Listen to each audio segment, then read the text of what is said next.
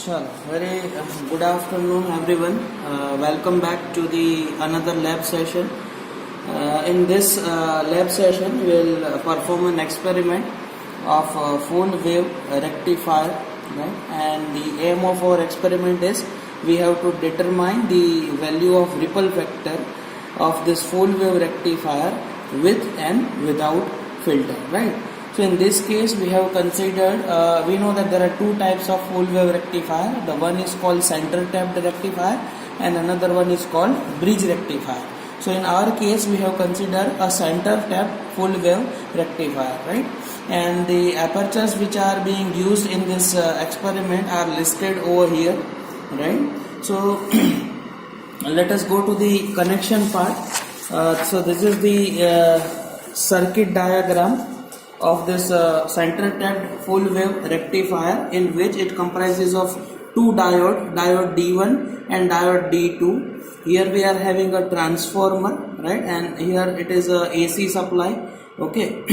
And the resistance is placed, load resistance RL is placed, which is connected with the output voltage or output current or current meter, right. So in this fashion, here we have connected our circuit, right, on a breadboard. So see, this is the primary coil of a transformer, okay. These are the secondary coil of transformers. They both are connected with the diodes as shown over here, right. So diode D1 and diode D2. So primary coil of the transformer is connected with the mains AC supply 230 volt AC having 50 hertz. And the secondary coil of a transformer, the one is connected with diode D1, another is connected with diode D2, and the common of these two, they are connected with the both the terminal of diode.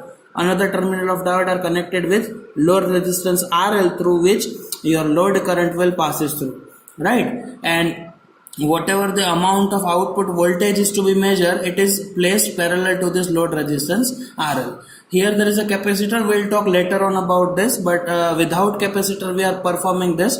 So the circuit connection is made without capacitor. So the secondary terminal, the primary coil of a transformer is connected with the AC supply. This secondary terminals are connected with these two diodes, diode D1 and diode D2. And two terminals of this diode, right, are connected with the load resistance RL, through which, and this load resistance RL is connected with your output, right, voltmeter, okay. So whatever, so we know that in a half wave rectifier, as soon as we'll switch on the power supply during the first half or during the first cycle, we can say that your diode D1, right, diode D1 will be in the forward bias condition and diode D2 will be in the reverse bias condition, okay. So the current will flow through this load resistance RL, load current will flow through this during the first half cycle, right. Now in another half cycle, that your diode D2, now situation will reverse. Now diode D2 will be in the forward bias condition and diode D1 will be in the reverse bias condition. So once again the load current IL will pass through this load resistance RL. So in both the cycle you will obtain the output, right. So this is the center tapped full wave rectifier. So we know that rectifier that converts the AC voltage into DC voltage. So how much amount of voltage they have converted? So we know that in theory we have studied that the half wave rectifier, we can say the rectifier, right, whatever the output they are giving, it is not pure DC, right, it is not pure static, but it is a pulsating, right. And in majority of the device that static DC voltage is required, right, and this can be achieved by using a filter circuit. So in this experiment, first we will note down the output voltage without filter. So this is without filter circuit, right. So let me switch on the power supply and let me note down the voltage. So it comes out to be 5.54 volt. So in your observation table, see, in your observation table there are two column without filter and with filter, two tables are given. You have to note down the DC voltage, what AC voltage, it is 230 volt. DC whatever you have obtained, that is 5.55. So you have to note down 5.55 over here, and the ripple can be calculated using this equation V AC upon V DC, right? So this will give you the ripple factor. That, and ripple factor is what? It is nothing but it will enables you to know about that how or how much amount of AC component is present in that DC output, right? So without filter, the AC voltage 230 volt, and DC that we have obtained is 5.54. So from that you can calculate the ripple.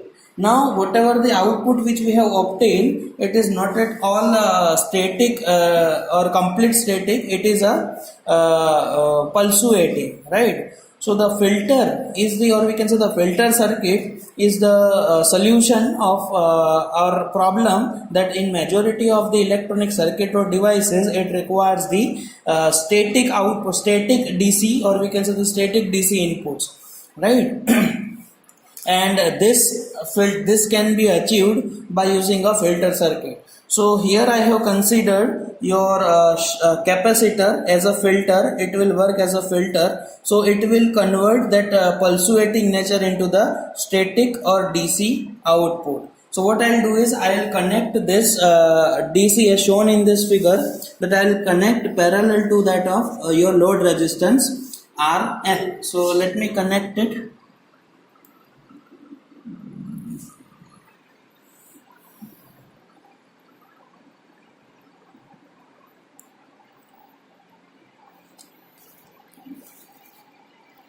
So here I have connected a filter, so that results into the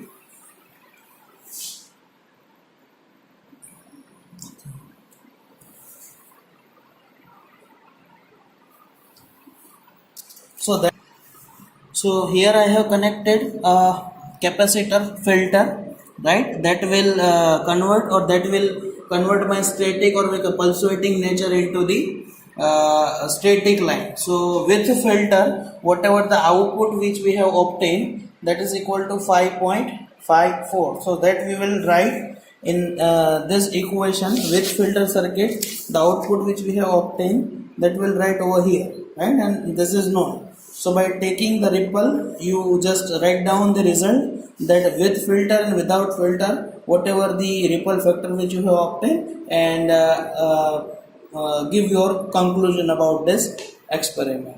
Okay, for any doubt you can feel free to ask.